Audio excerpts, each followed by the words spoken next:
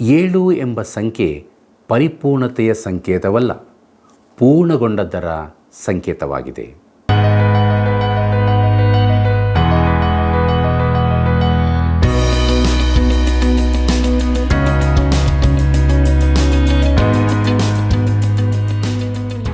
ಆತ್ಮೀಯ ವೀಕ್ಷಕರೇ, ನಿಮಗೆಲ್ಲರಿಗೂ ನಮ್ಮ ತುಂಬು ಹೃದಯದ ವಂದನೆಗಳು. ಯೋಬನ ಪುಸ್ತಕದ ಅಧ್ಯಯನವು ಎಷ್ಟೊಂದು ಅದ್ಭುತವಾಗಿತ್ತಲ್ಲವೇ? ನಮ್ಮ ಆತ್ಮಿಕ ಜೀವಿತಕ್ಕಾಗಿ ಬಹು ಅಮೂಲ್ಯವಾದ ಸತ್ಯಗಳನ್ನು ಅದು ನೀಡಿದೆ. ಸಮಾಧಾನದ ಅರಸನನ್ನು ಬಿಟ್ಟು ಈ ಲೋಕವು ಶಾಂತಿಯನ್ನು ಸ್ಥಾಪಿಸಲು ಯತ್ನಿಸುತ್ತದೆ. ಇದು ಸಾಧ್ಯವೋ? ಖಂಡಿತವಾಗಿಯೂ ಸಾಧ್ಯವಿಲ್ಲ. ನಮ್ಮನ್ನು ದೇವರಾತ್ಮನ ಹತೋಟಿಗೆ ಕೊಟ್ಟವರಾಗಿ ಇಂದಿನ ಅಧ್ಯಯನವನ್ನು ಪ್ರಾರ್ಥನಾಪೂರ್ವಕವಾಗಿ ಪ್ರಾರಂಭಿಸೋಣ. ಕರ್ತನಲ್ಲಿ ಪ್ರೀತಿಯುಳ್ಳ ಸಹೋದರ ಸಹೋದರಿಯರೇ, ಹೃದಯದಲ್ಲಿ ತುಂಬಿರುವುದೇ ಬಾಯಲ್ಲಿ ಹೊರಡುವುದು ಎಂಬುದಾಗಿ ಹೇಳಿದಂಥ ನಮ್ಮ ರಕ್ಷಕನಾದ ಯೇಸು ಕ್ರಿಸ್ತನ ಮಹಿಮೆಯ ನಾಮದಲ್ಲಿ ನಿಮ್ಮೆಲ್ಲರಿಗೂ ನನ್ನ ಹೃದಯಪೂರ್ವಕವಾದ ಪ್ರೀತಿಯ ವಂದನೆಗಳು. ಪ್ರೀತಿಯುಳ್ಳ ದೇವಜನರೇ, ಯೋಬನ ಪುಸ್ತಕದ ಅಧ್ಯಯನದಲ್ಲಿ ನಾವು ಮುಂದೆ ಸಾಗುತ್ತಾ ಇದ್ದೇವೆ. ಇಲ್ಲಿವರೆಗೆ ದೇವರಾತ್ಮನು ನಮ್ಮ ಜೊತೆ ಇದ್ದುಕೊಂಡು ನಡೆಸಿದ್ದಾನೆ. ದೇವರ ನಾಮಕ್ಕೆ ಮಹಿಮೆಯಾಗಲಿ. ಈ ಧ್ಯಾನದಲ್ಲಿ ನಾವು ಮುಂದೆ ಸಾಗುವಾಗ ಯೋಬ 5ನೇ ಅಧ್ಯಾಯ 1ನೇ ವಚನ ಹೀಗೆ ಹೇಳುತ್ತದೆ: ನೀನು ಕೂಗಿದರೆ ನಿನಗೆ ಉತ್ತರ ಕೊಡುವವರುಂಟೋ? ದೇವದೂತರಲ್ಲಿ ಯಾರನ್ನು ಆಶ್ರಯಿಸುವಿ ಎಂಬುದಾಗಿ. ಕರ್ತನಲ್ಲಿ ಪ್ರಿಯರೇ, ಇದು ಬಹು ಒಳ್ಳೆಯ ಪ್ರಶ್ನೆ. ನೀನು ಸಹಾಯಕ್ಕಾಗಿ ಯಾರ ಬಳಿಗೆ ಹೋಗುತ್ತಿ? ಭಕ್ತರು ನಿನಗೆ ಸಹಾಯ ಮಾಡಲಾರರು. ಯೋಬನ ಕಾಲದಲ್ಲಿ ಮಹಾಪಿತೃಗಳೆಲ್ಲ ಸತ್ತು ಹೋಗಿದ್ದಿರಬಹುದು. ಅಬ್ರಹಾಮ, ಇಸಾಕರು ತೀರಿಕೊಂಡಿದ್ದು, ಯಾಕೋಬನು ಬದುಕಿದ್ದಿರಬಹುದು. ಅಬ್ರಹಾಮನು ಸಹಾಯ ಮಾಡಲಾಗಲಿಲ್ಲ, ಇಸಾಕನೂ ಸಹಾಯ ಮಾಡಲಾಗಲಿಲ್ಲ. ಪೂರ್ವಕಾಲದಲ್ಲಿ ಜೀವಿಸಿದ್ದವರು ಯಾರೂ ಸಹಾಯ ಮಾಡಲಾಗಲಿಲ್ಲ. ನೀನು ಇನ್ನಾರ ಬಳಿಗೆ ಸಹಾಯಕ್ಕಾಗಿ ಹೋಗುತ್ತಿ? ಯೋಬ 5ನೇ ಅಧ್ಯಾಯ 2 ಮತ್ತು 3ನೇ ವಚನಗಳನ್ನು ಗಮನಿಸಿರಿ. ಅಲ್ಲಿ ನಾವು ಹೀಗೆ ನೋಡುತ್ತೇವೆ: ಕರಕರೆಯಿಂದ ಮೂರ್ಖನಿಗೆ ನಾಶನವೂ ರೋಷದಿಂದ ಮೂಢನಿಗೆ ಮರಣವೂ ಸಂಭವಿಸುವುದಲ್ಲವೇ? ಮೂರ್ಖನು ಬೇರೂರುವುದನ್ನು ನಾನು ನೋಡಿದೆನು.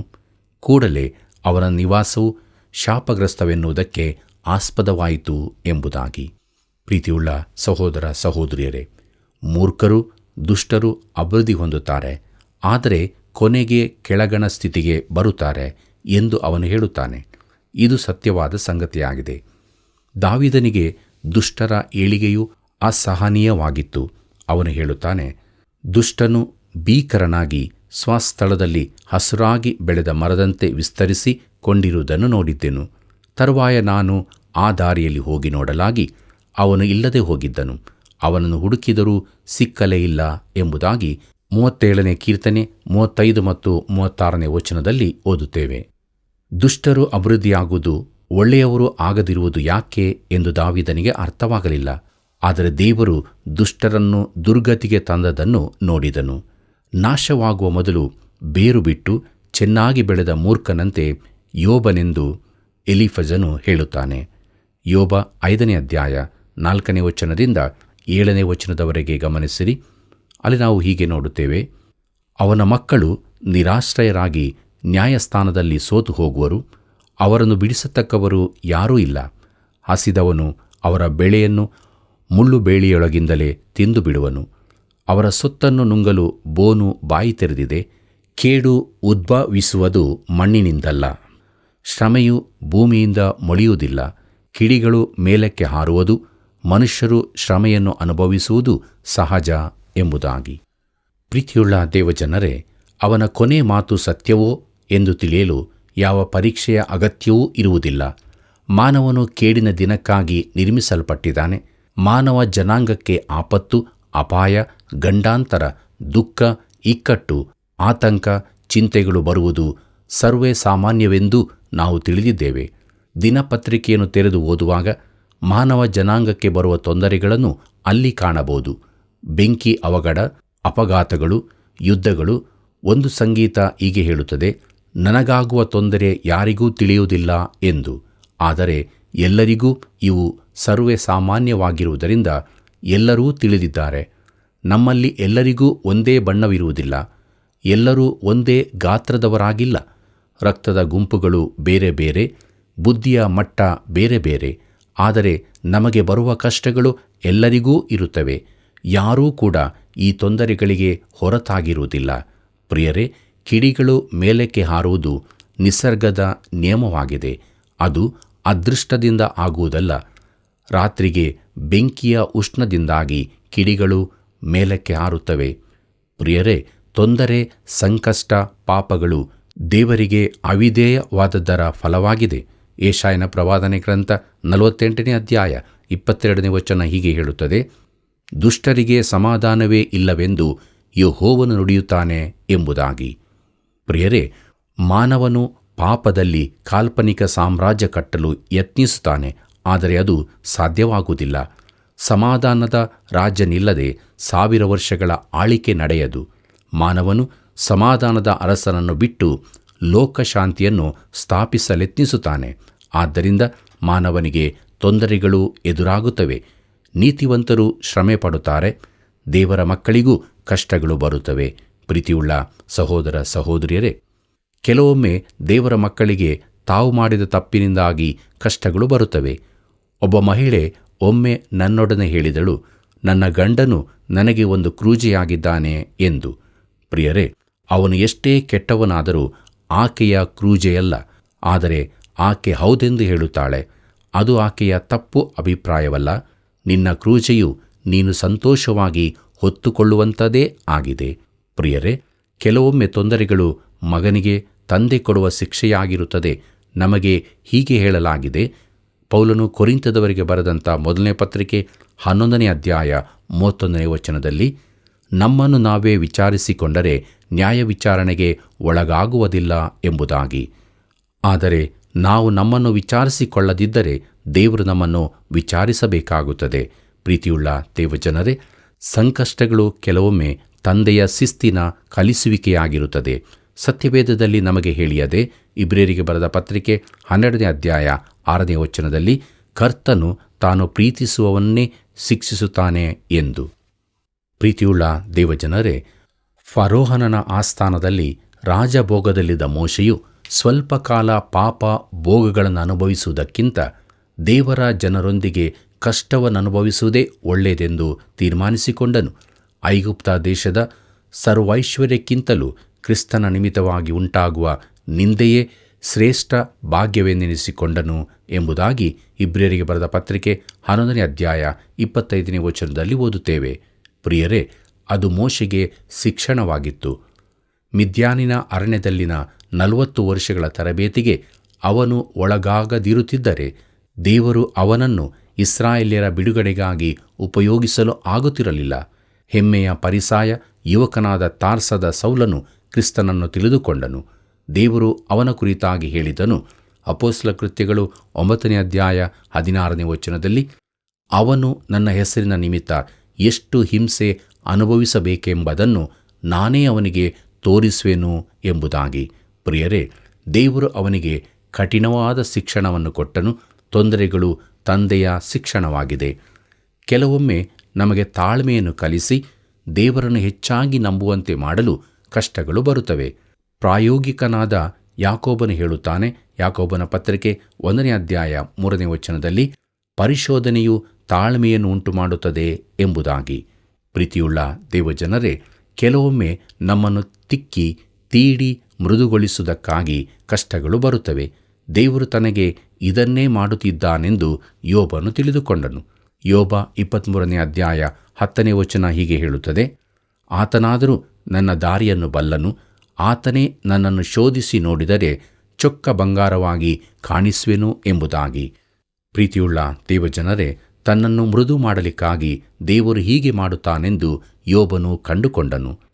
ಕೆಲವೊಮ್ಮೆ ನಮ್ಮ ಮನಸ್ಸು ಹೃದಯಗಳು ದೇವರಲ್ಲಿ ಸ್ಥಿರವಾಗಿ ನೆಲೆಯೂರುವಂತೆ ಮಾಡಲು ದೇವರು ಕಷ್ಟಗಳು ಬರಲು ಸಮ್ಮತಿಸುತ್ತಾನೆ. ನಮ್ಮಲ್ಲಿ ಅನೇಕರಿಗೆ ಬರುವ ಕಷ್ಟಗಳ ಕಾರಣ ಇದೇ ಆಗಿರಬಹುದು. ದೇವರ ಮಗುವಿಗೆ ಕಷ್ಟಗಳು ಬರುವುದಕ್ಕೆ ಒಳ್ಳೆಯ ಕಾರಣಗಳೂ ಇರುತ್ತವೆ. ಆದ್ದರಿಂದ ಎಲೀಫಜನ ಮಾತು ಸರಿಯಾಗಿದೆ.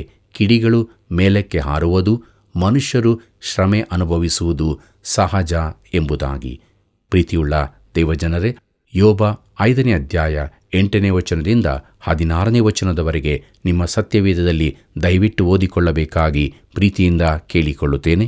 ಪ್ರಿಯರೇ, ಈ ವಾಕ್ಯ ಭಾಗಗಳು ನಮಗೆ ತಿಳಿಸುವುದೇನೆಂದರೆ, ಅವನು ಬಹು ಸುಂದರವಾಗಿ ಇಲ್ಲಿ ಹೇಳುವುದೇನೆಂದರೆ, ದೇವರು ನಂಬಿಗಸ್ತನು, ಒಳ್ಳೆಯವನು, ನ್ಯಾಯವಂತನು ಎಂದು. ಇದು ಸತ್ಯವೇ, ಆದರೂ ಅದು ಯೋಬನ ಸಮಸ್ಯೆಯ ಮೂಲಕ್ಕೆ ಹೋಗುವುದಿಲ್ಲ. ಎಲೀಫಜನು ಯೋಬನ ಸಂಗಡ ಮಾತನಾಡುತ್ತಿರಲಿಲ್ಲ. ಯೋಬ 5ನೇ ಅಧ್ಯಾಯ 17ನೇ ವಚನ ಹೀಗೆ ಹೇಳುತ್ತದೆ, ಇಗೋ, ದೇವರು ಯಾವನನ್ನು ಶಿಕ್ಷಿಸುವನೋ ಅವನು ಧನ್ಯನು, ಸರ್ವಶಕ್ತನ ದಂಡನೆಯನ್ನು ತಾತ್ಸಾರ ಮಾಡಬೇಡ ಎಂಬುದಾಗಿ. ಪ್ರೀತಿಯುಳ್ಳ ಸಹೋದರ ಸಹೋದರಿಯರೇ, ಈ ಮಾತು ಆಗಾಗ ಹೇಳಲ್ಪಟ್ಟದಾಗಿದೆ. ಅದು ಸತ್ಯವಲ್ಲವೋ? ಅದು ಸತ್ಯವಾದ ಮಾತೇ ಆಗಿದೆ. ಆದರೆ ಎಲೀಫಜನು ಅದನ್ನು ಯೋಬನ ಮೇಲೆ ನೇರವಾಗಿ ಪ್ರಯೋಗಿಸುತ್ತಾನೆ. ದೇವಜನರ ಸಂಕಷ್ಟಕ್ಕೆ ಯಾವಾಗಲೂ ತಿದ್ದುವಿಕೆಯೇ ಕಾರಣವಲ್ಲ. ಕೆಲವೊಮ್ಮೆ ಸ್ನೇಹಿತರನ್ನು ಚುಚ್ಚುವ ಚೂರಿಯನ್ನಾಗಿ ಈ ವಚನವನ್ನು ಉಪಯೋಗಿಸುತ್ತೇವೆ. ನೀನು ಏನೋ ತಪ್ಪು ಮಾಡಿದ್ದಿ, ದೇವರು ನಿನ್ನನ್ನು ತಿದ್ದುವುದಕ್ಕಾಗಿ ಈ ಸಂಕಷ್ಟವನ್ನು ಬರಮಾಡಿದ್ದಾನೆ ಎಂದು ನಾವು ಇತರರಿಗೆ ಹೇಳುವುದು ಸುಲಭ. ಅದು ಸತ್ಯವಿರಬಹುದು, ಅಲ್ಲದೆಯೂ ಇರಬಹುದು. ಇಂತಹ ತೀರ್ಪು ಮಾಡಲು ನೀನು ಯಾರು? ಪರಲೋಕದೊಂದಿಗೆ ನಿನಗೆ ಸಂಪರ್ಕವಿದೆಯೋ? ಕರ್ತನು ನಿನಗೆ ಏನಾದರೂ ರಹಸ್ಯವನ್ನು ತಿಳಿಸಿದ್ದಾನೋ? ಕೆಲವರು ದೇವರಿಂದ ಬಂದ ಮಾತೆಂಬಂತೆ ನುಡಿಯುತ್ತಾರೆ. ಪ್ರಿಯ ಸ್ನೇಹಿತನೇ, ಕೇಳು. ನೀನು ಇತರರ ಸಮಸ್ಯೆಗಳ ಕುರಿತಾಗಿ, ಇಲ್ಲವೇ ಇತರರು ನಿನ್ನ ಸಮಸ್ಯೆಗಳ ಕುರಿತಾಗಿ ಯಾವಾಗಲೂ ಮಾತನಾಡಲು ಆಗುವುದಿಲ್ಲ. ಎಲೀಫಜನ ಮಾತುಗಳು ಸತ್ಯವಾದರೂ ಅವು ಯೋಬನಿಗೆ ಅನ್ವಯಿಸುವುದಿಲ್ಲ. ಯೋಬ 5ನೇ ಅಧ್ಯಾಯ 18ನೇ ವಚನವನ್ನು ಗಮನಿಸಿರಿ. ಅಲ್ಲಿ ಹೀಗೆ ಬರೆದದೆ, ಗಾಯ ಮಾಡುವವನು ಗಾಯ ಕಟ್ಟುವವನು ಆತನೇ, ಹೊಡೆಯುವ ಕೈಯೇ ವಾಸಿ ಮಾಡುತ್ತದೆ ಎಂಬುದಾಗಿ. ಪ್ರಿಯರೇ, ದೇವರ ಕುರಿತು ಇದು ಎಂಥ ಅದ್ಭುತ ಚಿತ್ರಣವಾಗಿದೆಯಲ್ಲವೇ? ಯೋಬ 5ನೇ ಅಧ್ಯಾಯ 19ನೇ ವಚನ ಹೀಗೆ ಹೇಳುತ್ತದೆ, 6 ಇಕ್ಕಟ್ಟುಗಳಿಂದ ಆತನು ನಿನ್ನನ್ನು ಬಿಡಿಸುವನು, 7ನೆಯ ಇಕ್ಕಟ್ಟು ಉಂಟಾದರೂ ಯಾವ ಕೇಡೂ ನಿನಗೆ ಮುಟ್ಟದು ಎಂಬುದಾಗಿ. ಪ್ರಿಯರೇ, ಜ್ಞಾನೋಕ್ತಿ 6:16ರಲ್ಲಿ 7 ಎಂಬ ಸಂಖ್ಯೆ ಉಪಯೋಗಿಸಲ್ಪಟ್ಟದ್ದನ್ನು ನೋಡುವಿರಿ. ಇದು ಇಡೀ ಸತ್ಯವೇದದಲ್ಲಿಯೂ ಆಗಾಗ ಉಪಯೋಗಿಸಲ್ಪಟ್ಟಿದೆ. ಅದು ಕೇವಲ ಒಂದು ಕವಿತೆಯ ಮಾತಲ್ಲ. 7 ಅಂದರೆ ಪರಿಪೂರ್ಣತೆಯ ಸಂಕೇತವಲ್ಲ, ಪೂರ್ಣಗೊಂಡದ್ದರ ಸಂಕೇತವಾಗಿದೆ. 7ನೆಯ ದಿನವು ಒಂದು ವಾರ ಪೂರ್ತಿಗೊಂಡದನ್ನು ತಿಳಿಸುತ್ತದೆ. ಇಲ್ಲಿ 7 ಎಂಬುದು ಪೂರ್ಣವಾದದ್ದರ ಸಂಕೇತ, ಮಾನವನ ಕಷ್ಟಗಳ ಪೂರ್ಣ ಚಿತ್ರಣವಾಗಿದೆ. ಯೋಬ 5ನೇ ಅಧ್ಯಾಯ 20 ಮತ್ತು 21ನೇ ವಚನವನ್ನು ಗಮನಿಸಿರಿ. ಅಲ್ಲಿ ಹೀಗೆ ಬರೆದದೆ, ಬರಗಾಲದಲ್ಲಿ ಮರಣದಿಂದಲೂ ಯುದ್ಧದಲ್ಲಿ ಕತ್ತಿಯಿಂದಲೂ ನಿನ್ನನ್ನು ಬಿಡಿಸುವನು, ನಾಲಿಗೆಯೆಂಬ ಕೊರಡೆಗೆ ನೀನು ಮರೆಯಾಗಿರುವಿ, ವಿನಾಶ ಉಂಟಾದರೂ ನೀನು ಹೆದರುವುದಿಲ್ಲ ಎಂಬುದಾಗಿ. ಕರ್ತನಲ್ಲಿ ಪ್ರಿಯರೇ, ಈ 7 ಸಂಕಷ್ಟಗಳಿಂದಲೂ ದೇವರು ನಿನ್ನನ್ನು ಬಿಡಿಸುವನು. ಕರ್ತನಲ್ಲಿ ಪ್ರಿಯರೇ, ಆ 7 ಸಂಕಷ್ಟಗಳು ಯಾವುದೆಂದರೆ, ಬರಗಾಲದಲ್ಲಿ ನಿನ್ನನ್ನು ಮರಣದಿಂದ ತಪ್ಪಿಸುವನು, ಯುದ್ಧದಲ್ಲಿ ಕತ್ತಿಯ ಬಲದಿಂದ, ನಾಲಿಗೆಯ ಕೊರಡೆಯಿಂದ. ನಾಶನಗಳು ಬರುವಾಗ ದೇವರು ಅದರಿಂದ ತಪ್ಪಿಸುವನು, ತುಫಾನು, ಸುಂಟರ ಗಾಳಿ, ಬಿರುಗಾಳಿ. ಯೋಬ 5ನೇ ಅಧ್ಯಾಯ 22ನೇ ವಚನ ಹೀಗೆ ಹೇಳುತ್ತದೆ, ನೀನು ನಾಶನಕ್ಕೂ ಕ್ಷಾಮಕ್ಕೂ ನಗುವಿ, ಕಾಡು ಮೃಗಗಳಿಗೆ ಅಂಜಬೇಕಾಗಿಲ್ಲ ಎಂಬುದಾಗಿ. 5ನೇಯದು, ನಮ್ಮನ್ನು ಕ್ಷಾಮದಲ್ಲಿ ಕಾಪಾಡುತ್ತಾನೆ. ಪ್ರಿಯರೇ, ಸುವಾರ್ತೆ ಸಾರಲ್ಪಟ್ಟ ಎಲ್ಲ ದೇಶಗಳು ಸುವಾರ್ತೆ ಸ್ವೀಕರಿಸಲ್ಪಟ್ಟರೂ ಇಲ್ಲದಿದ್ದರೂ ಸಮೃದ್ಧಿಯ ಪ್ರದೇಶಗಳಾಗಿದ್ದವು. ಅವು ಸಾಕಾದಷ್ಟು ಇರುವ ದೇಶಗಳಾಗಿದ್ದವು. ಇದು ಒಂದು ಆಕಸ್ಮಿಕವಲ್ಲ. ಬಡತನದ ದೇಶಗಳಿಗೆ ನಾವು ಸಹಾಯ ಕಳಿಸುವಾಗ ಅದರೊಂದಿಗೆ ಕಾಣಿಕೆಯನ್ನು ಕಳಿಸಬೇಕೆಂದು ನನ್ನ ಅಭಿಪ್ರಾಯ. ಮತ್ತು ಆ ಕಾಣಿಕೆಯು ದೇವರ ವಾಕ್ಯವಾಗಿರಬೇಕು. ದೇವರ ವಾಕ್ಯವನ್ನು ಓದುವುದರಿಂದ ಆಶೀರ್ವಾದ ಉಂಟಾಗುತ್ತದೆ. 6ನೇಯದು, ಕಾಡು ಮೃಗಗಳಿಂದ ಅಪಾಯವಿರುವುದಿಲ್ಲ. ಯೋಬ 5ನೇ ಅಧ್ಯಾಯ 23ನೇ ವಚನದಿಂದ 26ನೇ ವಚನದವರೆಗೆ ಕೂಡ ದಯವಿಟ್ಟು ನೀವು ಓದಿಕೊಳ್ಳಬೇಕಾಗಿ ಪ್ರೀತಿಯಿಂದ ಕೇಳಿಕೊಳ್ಳುತ್ತೇನೆ. 7ನೇದಾಗಿ, ಕೊನೆಯ ಸಂಕಷ್ಟವು ಮರಣವಾಗಿದೆ. ಎಲೀಫಜನು ಮರಣವನ್ನು ಒಂದು ಭಯಾನಕ ಸಂಗತಿಯಾಗಿ ತಿಳಿಸುವುದಿಲ್ಲ. ಅದು ಸ್ವಾಗತಾರ್ಥವಾದದ್ದೇ. ಮರಣದಲ್ಲಿ ಈ ಲೋಕವನ್ನು ಬಿಡಲಾಗುತ್ತದೆ. ಯೋಬ 5ನೇ ಅಧ್ಯಾಯ 27ನೇ ವಚನ ಹೀಗೆ ಹೇಳುತ್ತದೆ, ಇಗೋ, ಇದನ್ನು ವಿಚಾರಿಸಿದ್ದೇವೆ, ಯಥಾರ್ಥವಾಗಿಯೇ ಇದೆ, ಇದನ್ನು ಕೇಳು, ನಿನ್ನಷ್ಟಕ್ಕೆ ನೀನೇ ತಿಳಿದುಕೋ ಎಂಬುದಾಗಿ. ಕರ್ತನಲ್ಲಿ ಪ್ರಿಯರೇ, ಎಲೀಫಜನ ಮೊದಲನೇ ಸಂವಾದ ಇಲ್ಲಿಗೆ ಮುಗಿಯುತ್ತದೆ. ಅದರಿಂದ ಯೋಬನಿಗೇನೂ ಸಹಾಯವಾಗುವುದಿಲ್ಲ. ಅವನಿಗೆ ಅದು ಸಂಬಂಧಪಡಲೇ ಇಲ್ಲ. ಯೋಬನು ದಿಗ್ಭ್ರಮೆಗೊಂಡಿದ್ದಾನೆ. ಆಶ್ಚರ್ಯಚಕಿತನಾಗಿ ಕರುಣೆಗಾಗಿ ಬೇಡಿಕೊಳ್ಳುತ್ತಾನೆ. ಎಲೀಫಜನಿಂದ ಅವನಿಗೇನು ಸಹಾಯವಾಗದ್ದರಿಂದ ಅವನು ಕರುಣೆ ಸಹಾಯಗಳಿಗಾಗಿ ಬೇಡುತ್ತಾನೆ. ಪ್ರೀತಿಯುಳ್ಳ ದೇವಜನರೇ, ಮುಂದಕ್ಕೆ ನಾವು ಯೋಬನ ಪುಸ್ತಕದ 6 ಮತ್ತು 7ನೇ ಅಧ್ಯಾಯಗಳ ಧ್ಯಾನಕ್ಕೆ ಬಂದಿದ್ದೇವೆ. ಮುಖ್ಯ ಪ್ರಸ್ತಾಪ ಎಲೀಫಜನಿಗೆ ಯೋಬನ ಉತ್ತರ ಎಂಬುದಾಗಿದೆ. ಯೋಬ 6ನೇ ಅಧ್ಯಾಯ ಮೊದಲಿನ 2 ವಚನಗಳನ್ನು ಗಮನಿಸಿರಿ. ಅಲ್ಲಿ ಹೀಗೆ ಬರೆದದೆ: ಆಮೇಲೆ ಯೋಬನು ಮತ್ತೆ ಇಂತೆಂದನು, ಆಹಾ, ತ್ರಾಸಿನಲ್ಲಿ ನನ್ನ ವಿಪತ್ತನ್ನು ಇಟ್ಟು ಅದರಿಂದ ನನ್ನ ಕರೆಕರೆಯ ಭಾರವನ್ನು ತೂಕ ಮಾಡುವುದಾದರೆ ಎಷ್ಟೋ ಒಳ್ಳೆಯದು ಎಂಬುದಾಗಿ. ಕರ್ತನಲ್ಲಿ ಪ್ರಿಯರೇ, ಯೋಬನು ನೇರವಾದ ಕೇಳಿಕೆ ಸಲ್ಲಿಸುತ್ತಾನೆ. ನನ್ನ ದುಃಖವು ಎಷ್ಟು ಭಯಂಕರವಾದದ್ದೆಂದು ನಾನು ಹೇಳಲಾರೆನು. ನನಗೆ ಸಂಭವಿಸಿದ ಈ ದುರ್ಗತಿಯನ್ನು ನಿನಗೆ ವಿವರಿಸಲಾರೆನು ಎಂದು ಹೇಳುತ್ತಾನೆ. ಎಲೀಫಜನಿಂದ ಯೋಬನಿಗೆ ಏನೂ ಸಹಾಯ ದೊರೆಯಲಿಲ್ಲವೆಂದು ನೋಡುತ್ತೇವೆ. ಅವನ ಮಾತಿನ ತಾತ್ಪರ್ಯ, ನಿನ್ನಲ್ಲಿ ಏನೋ ಗುಪ್ತ ಪಾಪವಿರುತ್ತದೆ, ನೀನು ಅದನ್ನು ದೇವರಿಗೆ ಹರಿಕೆ ಮಾಡಿ ದೇವರೊಂದಿಗೆ ಸರಿಯಾಗುವುದೇ ಒಳ್ಳೆಯದು. ಆದರೆ ಯಾವಾಗಲೂ ಇದು ಸರಿಯಾದ ಮಾತಲ್ಲ. ಯೋಬನು ಹೇಳುತ್ತಾನೆ, ನನ್ನ ಪ್ರಶ್ನೆ ಏನೆಂಬುದನ್ನು ನೀನು ಸರಿಯಾಗಿ ತಿಳುಕೊಳ್ಳಬೇಕು ಎಂದು. ಪ್ರಿಯರೇ, ಎಲೀಫಜನ ಮಾತಿಗಿಂತ ಹೆಚ್ಚಿನದು ಯೋಬನಿಗೆ ಬೇಕಾಗಿತ್ತು. ಪೆಟ್ಟು ತಿಂದ ಪ್ರಾಣಿಯಂತೆ ಅವನು ರೋಧಿಸುತ್ತಿದ್ದನು. ಯೋಬ 6ನೇ ಅಧ್ಯಾಯ 3ನೇ ವಚನದಿಂದ 5ನೇ ವಚನದವರೆಗೆ ಗಮನಿಸಿರಿ. ಅಲ್ಲಿ ಹೀಗೆ ಬರೆದದೆ: ಆಗ ನನ್ನ ವಿಪತ್ತು ಸಮುದ್ರದ ಮರಳಿಗಿಂತಲೂ ಹೆಚ್ಚು ಭಾರವುಳ್ಳದೆಂದು ಗೊತ್ತಾಗುವುದು. ಆದುದರಿಂದಲೇ ಆತುರದಿಂದ ಮಾತಾಡಿದ್ದೇನೆ. ಸರ್ವಶಕ್ತನ ಬಾಣಗಳು ನನ್ನಲ್ಲಿ ನಾಟಿರುತ್ತವೆ. ನನ್ನ ಆತ್ಮವು ಅವುಗಳ ವಿಷಯವನ್ನು ಹೀರಿಕೊಳ್ಳುತ್ತದೆ. ದೇವರು ಕಳುಹಿಸಿದ ಅಪಾಯಗಳು ನನಗೆ ವಿರೋಧವಾಗಿ ವ್ಯೂಹ ಕಟ್ಟಿವೆ. ಕಾಡು ಕತ್ತೆಗೆ ಹುಲ್ಲಿರಲು ಅರಚಿತೆ, ಎತ್ತಿಗೆ ಮೇವಿರಲು ಕೂಗೀತೇ ಎಂಬುದಾಗಿ. ಕರ್ತನಲ್ಲಿ ಪ್ರಿಯರೇ, ಯೋಬನು ಹೇಳುತ್ತಿದ್ದಾನೆ, ನಾನು ಮೊರೆಯಿಡುತ್ತಿದ್ದೇನೆ. ನನ್ನ ಸಂಕಷ್ಟವು ನಿನಗೆ ಕಾಣುತ್ತದೆ. ನೀನು ಯಾವ ಕನಿಕರವನ್ನೂ ತೋರಿಸುವುದಿಲ್ಲ. ನಾನು ಕಷ್ಟದಲ್ಲಿ ಇಲ್ಲವೋ ಎಂಬಂತೆ ನೀನು ವರ್ತಿಸುತ್ತಿ. ನನಗೆ ಕಷ್ಟವಿಲ್ಲದಿರುತ್ತಿದ್ದರೆ ನಾನು ಕೂಗುತ್ತಿರಲಿಲ್ಲ. ಹುಲ್ಲು ತಿನ್ನುತ್ತಾ ಇರುವಾಗ ಗದ್ದೆಯಲ್ಲಿರುವ ಕತ್ತೆಯು ಅರಚುವುದಿಲ್ಲ ಎಂದು ಹೇಳುತ್ತಾನೆ. ಯೋಬ 6ನೇ ಅಧ್ಯಾಯ 6 ಮತ್ತು 7ನೇ ವಚನ ಹೀಗೆ ಹೇಳುತ್ತದೆ: ಸಪ್ಪೆಯನ್ನು ಉಪ್ಪಿಲ್ಲದೆ ತಿನ್ನಬಹುದೇ? ಮೊಟ್ಟೆಯಲ್ಲಿರುವ ಲೋಳೆಯು ರುಚಿಯೇ? ಇಂಥ ಆಹಾರವು ನನಗೆ ಅಸಹ್ಯವಾಗಿದೆ, ಮುಟ್ಟಲಾರೆನು ಎಂಬುದಾಗಿ. ಪ್ರಿಯರೇ, ಈ ಆಹಾರವು ಅವನಿಗೆ ಅಸಹ್ಯವಾದದ್ದಾಗಿದೆ. ಯೋಬ 6ನೇ ಅಧ್ಯಾಯ 8 ಮತ್ತು 9ನೇ ವಚನವನ್ನು ಗಮನಿಸಿರಿ. ಅಲ್ಲಿ ಹೀಗೆ ಬರೆದದೆ: ಅಯ್ಯೋ, ನನ್ನ ವಿಜ್ಞಾಪನೆಯು ನೆರವೇರುವುದಿಲ್ಲವೇ? ನಾನು ಬಯಸುವುದನ್ನು ದೇವರು ಕೊಡುವುದಿಲ್ಲವೇ? ಆತನು ದಯಮಾಡಿ ತನ್ನ ಕೈಜಾಡಿಸಿ ನನ್ನನ್ನು ಜಜ್ಜಿ ಸಂಹರಿಸಿದರೆ ಎಂಬುದಾಗಿ. ಪ್ರಿಯರೇ, ಅವನು ಪೂರಾ ಬಿದ್ದು ಹೋಗಿದ್ದಾನೆ. ಎಲ್ಲಿಂದಲೂ ಸಹಾಯ ಕಾಣುವುದಿಲ್ಲ. ಅವನು ದೇವರ ನ್ಯಾಯವನ್ನೇ ಪ್ರಶ್ನಿಸುತ್ತಾನೆ. ಯೋಬ 6ನೇ ಅಧ್ಯಾಯ 10 ಮತ್ತು 11ನೇ ವಚನವನ್ನು ಗಮನಿಸಿರಿ. ಅಲ್ಲಿ ಹೀಗೆ ಬರೆದದೆ: ಆಗ ನಾನು ಆದರಣೆ ಹೊಂದಿ ಮಿತಿಯಿಲ್ಲದೆ ಯಾತನೆಯಲ್ಲಿಯೂ ಉಲ್ಲಾಸಿಸುವೆನು. ಸದಮಲ ಸ್ವಾಮಿಯ ಆಜ್ಞೆಗಳನ್ನು ನಾನು ತೊರೆದು ಬಿಟ್ಟವನಲ್ಲ. ನನ್ನ ಬಲವು ಎಷ್ಟರದು? ನಾನು ಹೇಗೆ ಕಾದುಕೊಳ್ಳಲಿ? ನನ್ನ ಅಂತ್ಯಸ್ಥಿತಿಯೇನು? ನಾನು ತಾಳ್ಮೆಯಿಂದಿರುವುದೇಕೆ ಎಂಬುದಾಗಿ. ಪ್ರಿಯರೇ, ನನಗೆ ಜೀವಿಸುವುದಕ್ಕೆ ಯಾವ ಆಧಾರವೂ ಇಲ್ಲ ಎಂದು ಹೇಳುತ್ತಾನೆ. ಯೋಬ 6ನೇ ಅಧ್ಯಾಯ 12ನೇ ವಚನ ಹೀಗೆ ಹೇಳುತ್ತದೆ: ನನ್ನ ಬಲವು ಕಲ್ಲಿನ ಬಲವೋ? ನನ್ನ ಶರೀರವು ತಾಮ್ರದ್ದೋ? ಪ್ರಿಯರೇ, ನಾನು ಸೋತು ಹೋಗಿದ್ದೇನೆ, ಇನ್ನೂ ನಿಲ್ಲಲಾರೆನು ಎಂಬುದಾಗಿ ಹೇಳುತ್ತಾನೆ. ಯೋಬ 6ನೇ ಅಧ್ಯಾಯ 13ನೇ ವಚನ ಗಮನಿಸಿರಿ. ಅಲ್ಲಿ ಹೀಗೆ ಬರೆದದೆ: ನನ್ನಲ್ಲಿ ಏನೂ ಸಹಾಯವಿಲ್ಲವಲ್ಲ, ನನ್ನ ಸಾಮರ್ಥ್ಯವು ತೊಲಗಿ ಹೋಗಿದೆ ಎಂಬುದಾಗಿ. ಈಗ ಅವನ ಕೂಗು ಏನೆಂದು ಕೇಳಿರಿ. ಯೋಬ 6ನೇ ಅಧ್ಯಾಯ 14ನೇ ವಚನ. ಅಲ್ಲಿ ನಾವು ಹೀಗೆ ನೋಡುತ್ತೇವೆ: ಒಬ್ಬನು ಮನಗುಂದಿ ಸರ್ವಶಕ್ತನ ಮೇಲಣ ಭಯಭಕ್ತಿಯನ್ನು ಬಿಡುವವನಾಗಿದ್ದರೂ ಅವನ ಮಿತ್ರನು ಅವನಿಗೆ ದಯ ತೋರಿಸತಕ್ಕದ್ದು ಎಂಬುದಾಗಿ.